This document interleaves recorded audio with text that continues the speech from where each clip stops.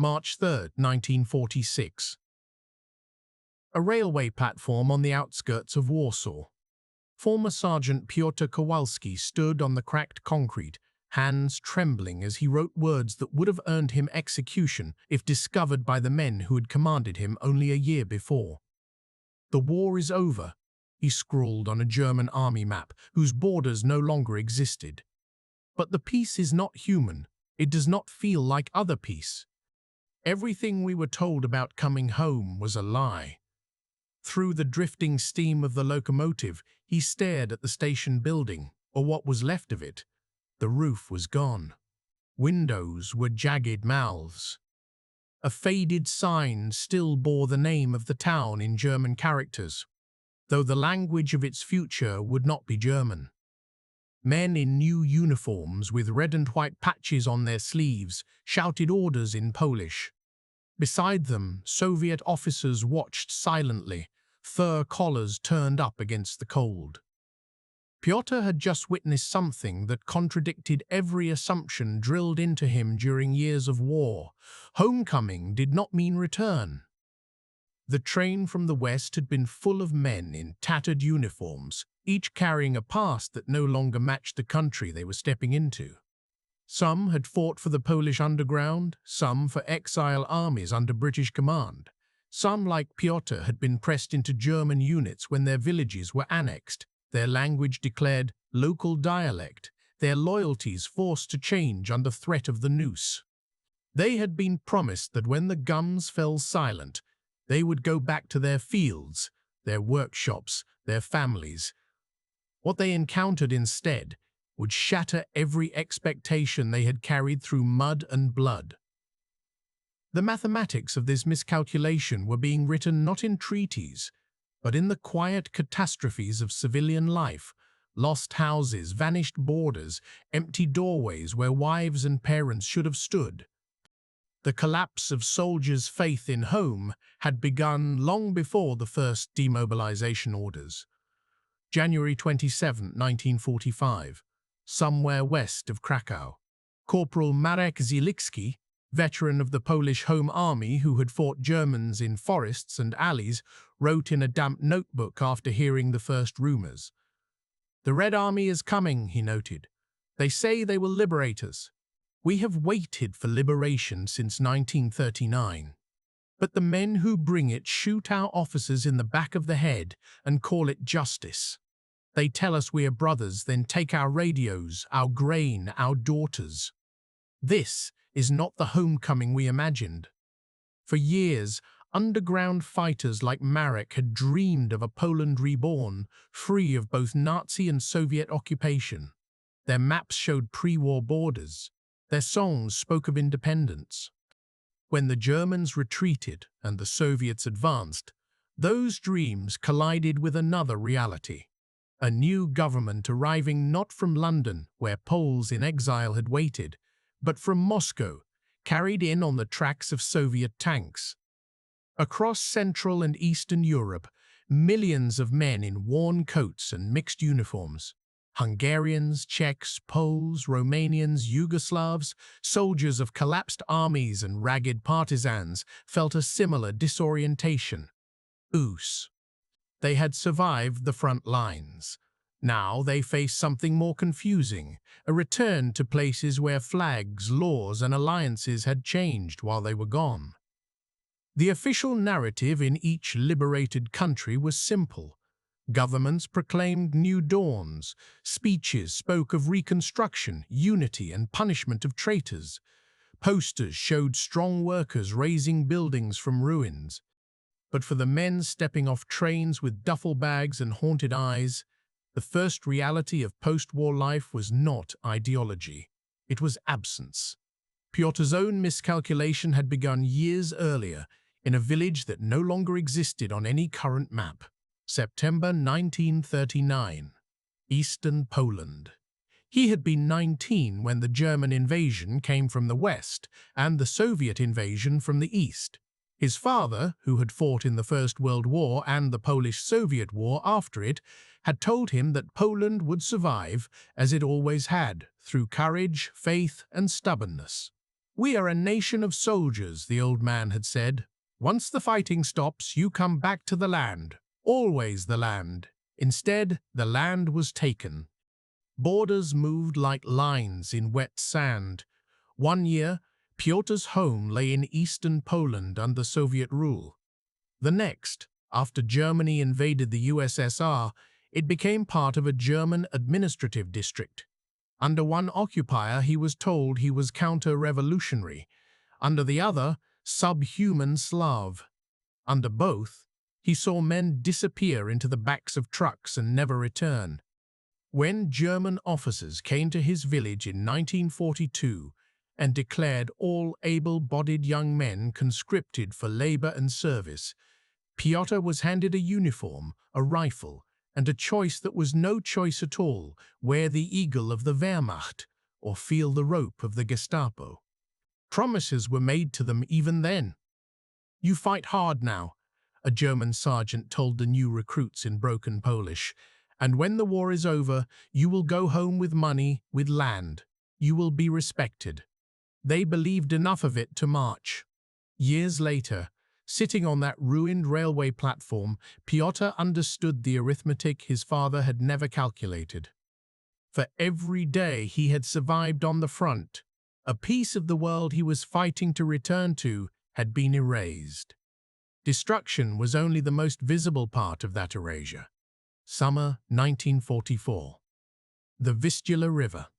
From his position on the German defensive line, Piotr watched village after village burn as retreating units torched farmhouses to deny shelter to partisans. He saw Soviet artillery flatten small towns in preparation for crossing points. He read orders signed by officers who believed themselves rational, assigning entire counties the label "partisan zone," a phrase that in practice meant any human being within could be treated as enemy. By the time Soviet and German armies had passed back and forth across Eastern Europe 3 times, home was less a place than a memory.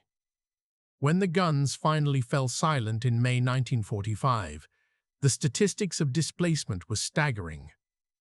Over 30 million people in Europe were refugees or displaced persons. Borders had been redrawn at conferences in Tehran, Yalta, and Potsdam by men who had never seen the villages they assigned to one country or another. Territories that had been Polish became Soviet. Regions that had been German became Polish. Hungarians woke up in new Czechoslovakia. Yugoslavs discovered their kingdom was now a socialist federation. This was the civilian battlefield to which soldiers like Piotr returned. June 1946. A village near what had once been Lwów. Piotr found the place where his family's farm had stood by following the memory of a crooked oak at a crossroads. There was no sign with a village name anymore. The thatched roof of his childhood home was gone. The walls were blackened stumps. Grass grew where the barn had been. The well was choked with stones and debris. A woman he did not recognize, wearing a headscarf in the style of faraway regions, watched him from the doorway of a hastily built wooden hut. When he asked, voice shaking, whether she knew what had happened to the Kowalski family, she answered in halting Polish, "They said the land is needed for collectivization. There was a roundup last year. Some went east. Some went I don't know. My husband says not to ask." Her husband, when he came out, wore a Red Army cap and an expression that combined pity with suspicion. Here was a man who had fought on the winning side, who had been told that all questions of ownership and history were now decided. "You are lucky to be alive," he said curtly. "Many did not come back at all. Go to the city. They have offices for demobilized soldiers. They will tell you where you belong now. Where you belong now." In the grey offices of new ministries, belonging was reduced to numbers on forms and stamps on paper. Did you serve in the Allied armies, in the underground, in German uniform? Were you politically reliable? Did you have relatives abroad? Those answers determined whether you received ration cards, housing assignments, a chance at work, or a discreet note added to your file that ensured you would always be watched. Returned soldiers discovered quickly that the war they had imagined as finished continued in invisible form. In Poland, men who had fought bravely in the Home Army against Germans found themselves labeled bandits by new communist authorities if they refused to lay down arms and accept Moscow-backed rule. Some of Piotr's former comrades disappeared into prisons that had changed flags but not habits. In Hungary, veterans who had survived Stalingrad serving under a pro-German government came home branded as fascists. Those who had defected to join Soviet units were hailed as heroes, but even they were expected to prove their loyalty repeatedly. In Czechoslovakia, a young man who had escaped to fight with British forces found that service in the West made him suspect in the eyes of those who now owed their power to the East. The mechanics of suspicion infiltrated every aspect of civilian life. Neighbor watched neighbor. Factory foremen kept note of who complained about shortages, who mentioned foreign radio broadcasts, who murmured about the return of democracy as it had been. Veterans who simply wanted to sleep through one full night without artillery dreams learned to weigh each sentence before speaking in public. Yet daily existence demanded attention to more immediate calculations. Food, fuel, shelter. Cities lay in ruins not only in Germany, but across the continent. Warsaw was a hollow skeleton, 85% destroyed. Budapest streets were still clogged with the wrecks of German and Soviet armor. In Belgrade and Zagreb, buildings bore the pockmarks of street fighting between occupiers and partisans. New apartment blocks rose where rubble heaps had stood. Trams rattled along repaired tracks. Children who had been born under occupation entered schools that taught them carefully curated versions of the recent past. To them, the war was becoming a story, dim, simplified, framed by anniversaries and monuments. To men like Piotr, still waking at night to sounds only he could hear, it remained a presence, not in the details of battles, but in the hushed pauses at family dinners when someone mentioned politics, in the way he flinched at knocks on the door after dark, in the silent accounting he did of every quiet year, another year without conscription notices, another New Year's Eve with fireworks instead of flares, another harvest taken by tax collectors but not by marching soldiers. In a former German barracks near Gdansk, Polish authorities housed demobilized soldiers and German prisoners of war in the same compound, separated by fences, but sharing the same kitchen smells and guard whistles. Men who once had aimed rifles at each other now passed in corridors, eyes briefly meeting before both looked away, ashamed or defiant or simply exhausted. The industrial aspect of reconstruction fascinated and horrified men like Piotr, who had seen the same forces used for destruction. During the war, he had watched train after train of tanks, shells, and fuel roll east. Now he watched trains of bricks, glass, and steel beams roll west. The same lines that had carried deportation transports to camps now carried refugees back, though back often meant to towns they had never seen, assigned as replacements for homes lost farther east. The scale of movement created new tensions. Along the Oder and Neisse rivers, former German inhabitants were driven out of houses their families had occupied for generations, ordered by Polish or Soviet officers to leave within 24 hours with 50 kilograms of luggage. Into those same houses moved Poles who had been expelled from Lwów, Wilno, and other cities now inside the Soviet Union. The newcomers unpacked icons and family photographs beneath ceilings, still faintly smelling of other people's cooking. They found fragments of German lives left behind in haste, children's toys, recipe books, photograph albums, and either burned them as symbols of oppression or hid them, unsure whether acknowledging the previous occupants' humanity was allowed. For returning soldiers, this layering of displacement upon displacement made any simple sense of justice impossible. Who is guilty here? Pyotr wrote one night by candlelight in the corner of a crowded commune. The Germans who left, the Russians who ordered it, the Poles who take their place. The war has become a circle with no beginning or end. The new regimes offered clear, simplified answers. They spoke of fascist oppressors and people's democracies, of collaborators and heroes of labor.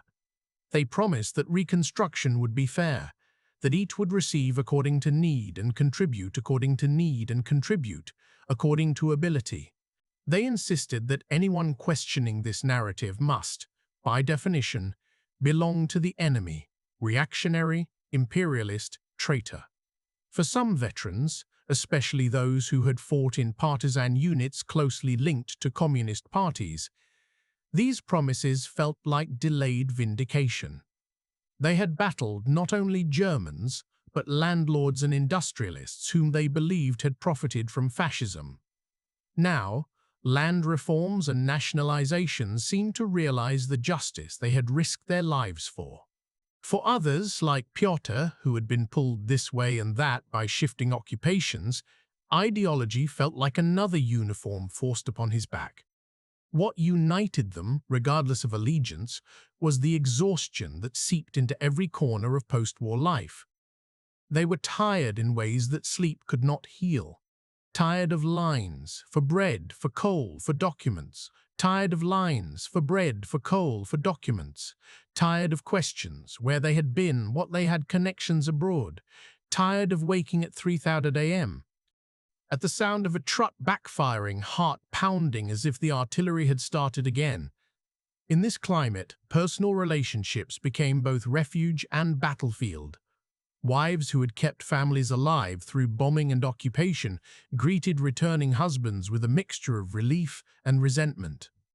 "Where were you when the Soviets came?" one woman asked her gaunt husband in Zagreb, as recorded in a social worker's report. "You fought for your king in Italy while I traded the last of our linens for bread." Children, meeting fathers they did not remember, treated them as strangers.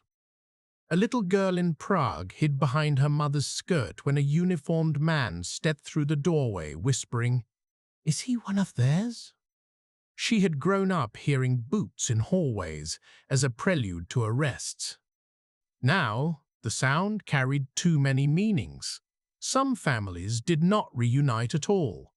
Women who had been assaulted by occupying troops, German, Soviet, or otherwise, carried both visible and invisible wounds. In small towns, neighbors whispered about those girls, quick to judge, slow to protect. Men returned to find wives pregnant with children fathered by enemies.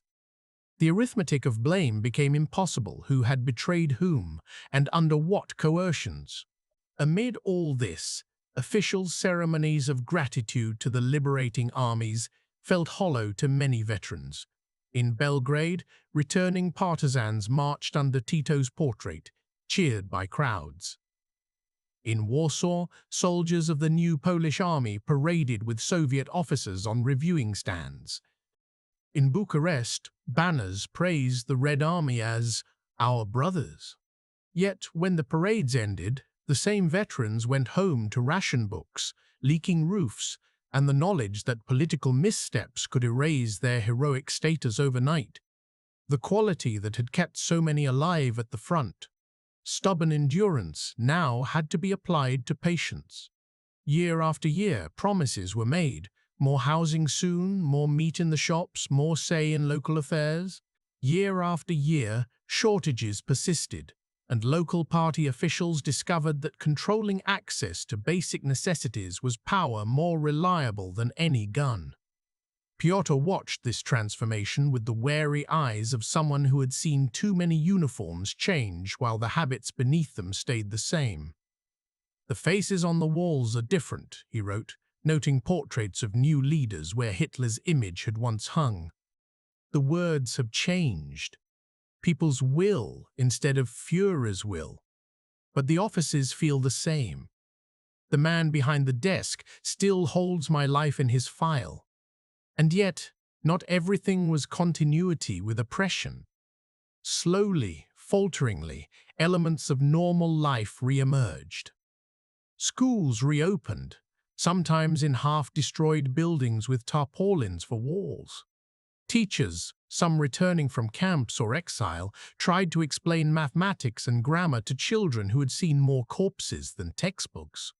Cinemas resumed shows, at first with newsreels and Soviet war films, later with comedies that allowed audiences to laugh at something, anything, that was not propaganda.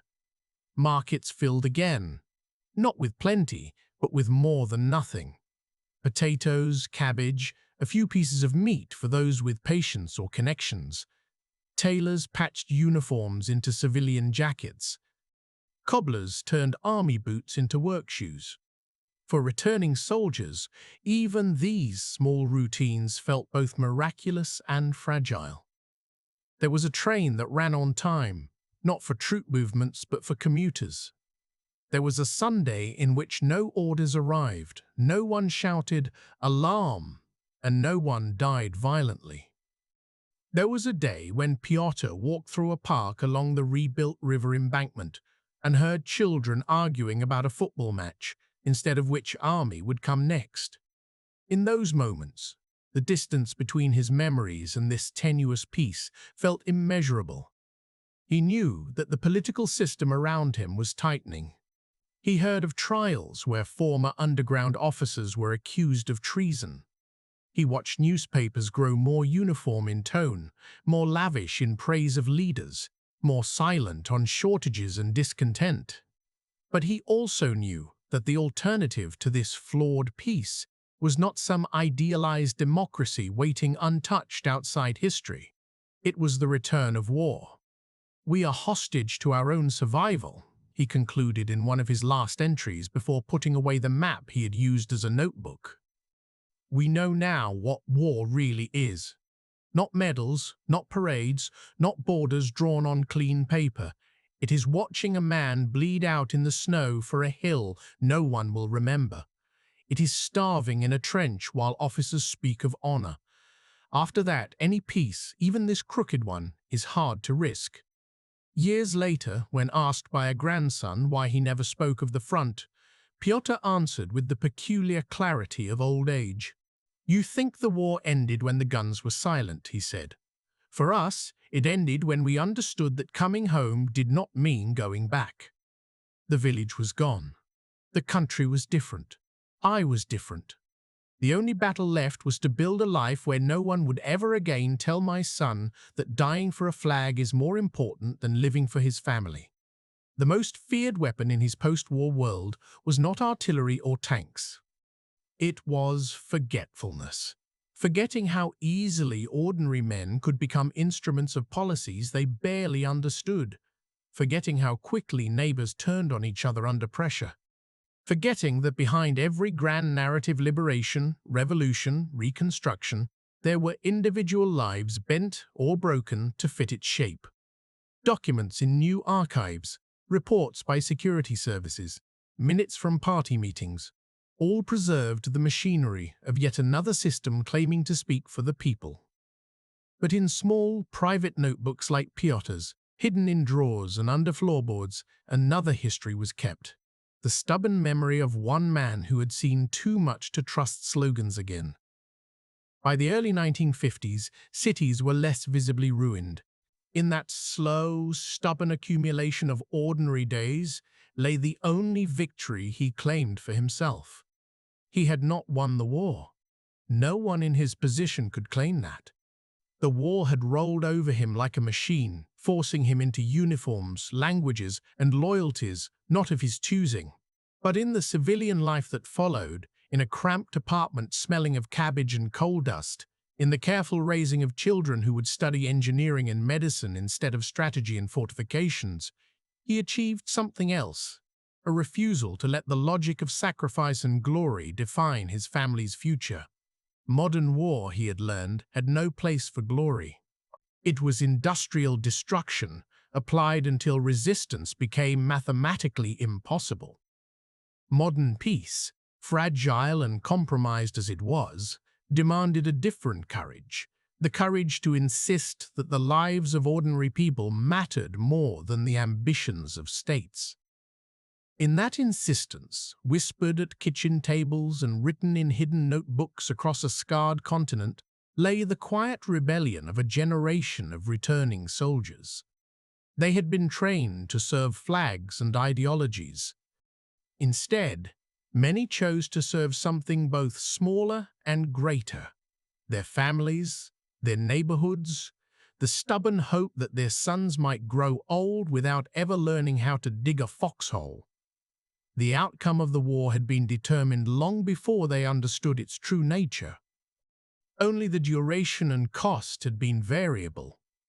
The shape of their peace, however, remained undecided, written slowly in the choices they made each day: to work instead of fight, to remember instead of mythologize, to tell their children not that death in battle was the highest honor, but that living through history and refusing to repeat its worst chapters was a higher one still.